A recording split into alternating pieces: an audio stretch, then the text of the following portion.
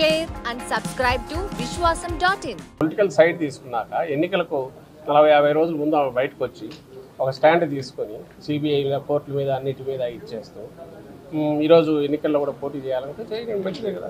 జనం డిసైడ్ చేస్తారు. ఆయన కూడా ప్రజా కోర్టులో అనేది కరెక్ట్ మంచిదే. కానీ నాకు తెలిసి ఎవరు ఓ హత్య గురించో జగన్మోహన్ రెడ్డి గారు కూడా తన మీద పెట్టిన తప్పుడు కేసులే చూసి నాకు ఓటు వేయండి వాళ్ళు తప్పుడు కేసులు పెట్టారని పోలే. ప్రజల ఇష్యూస్ మీద పోయాడు. చంద్రబాబు నాయుడు అదే అప్లై అవుతుంది.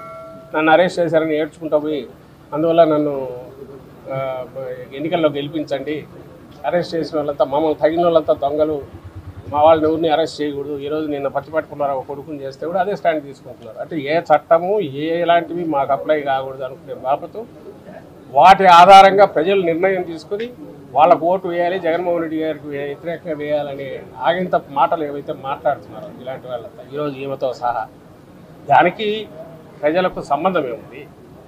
చట్టాలు ఉన్నాయి, కోర్టులు ఉన్నాయి, తెలుసుకోవాల్సింది. జగన్మోహన్ రెడ్డి గారు ఈరోజు ఇట్లాంటి మాటలు మాట్లాడలేదు. ఆయన ప్రజలకు ఏం చేస్తారని చెప్పారు, దాని ప్రకారమే ప్రజలు లేక వెళ్ళారు. చంద్రబాబు నాయుడు కూడా అలాగే వెళ్ళాలి, లేదా వివేకానంద రెడ్డి కుమార్తె సునీత గారు పోయినా అలాగే పోవాలి, ఇంకొకరు పోయినా అలాగే పోవాలి.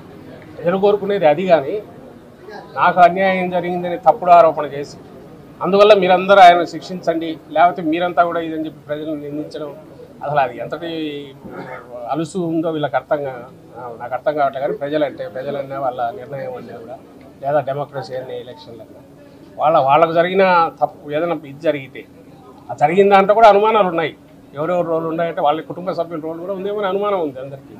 వాటిలోనే మొత్తం ఆ నెరేటివ్ కానీ లేదా సిబిఐ ఇన్వెస్టిగేషన్లో ఏమంటారు వాంగ్మూలాలన్నీ లోతుగా పోయి చూస్తే అన్నింటిలో అది కనపడుతుంది. దాని నుంచి తప్పించుకోవడానికి దొంగ అన్నట్టు ఇట్లా తిప్పి కొడుతున్నారేమో అనే అనుమానం కూడా వస్తుంది. అలాంటి ఎంక్వైరీ జరిగితే అన్నిటి మీద జరగాలి, వాటి మీద కూడా జరగాలి. ఇంత జరగాల్సిన నేపథ్యంలో ఒక అప్రూవర్ని తప్పుడు ఎవడైతే క్రియేట్ చేసి హంతకుడినే అప్రూవర్ చేసుకుని ఎవడైతే తన తండ్రిని కిరాతకంగా ఎట్లా నరికాడో కూడా చెప్పినోడు, ఇక గొడ్డలు అంటున్నారు, ఆ గొడ్డలతో ఎట్లా నరికాడో ఎట్లా చేశాడో అని చెప్పినాడు.